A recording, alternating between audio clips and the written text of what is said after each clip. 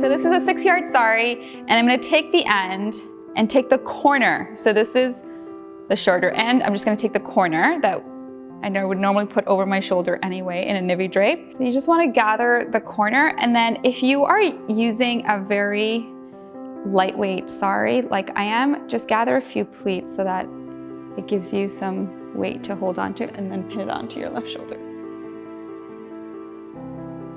And then you wanna take the rest of the sari and start pleating.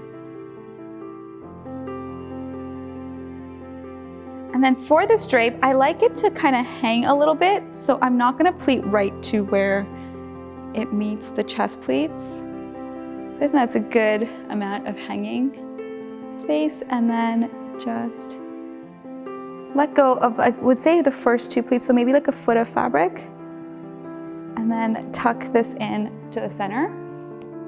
And then take the end, and again, pleat it down the edge.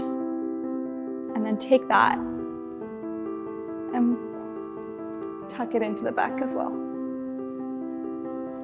This is actually more to the side. It'll cover up any zipper or anything you have there. So you could leave it like this, but I feel like for this drape, to give it some structure, a belt would be really nice.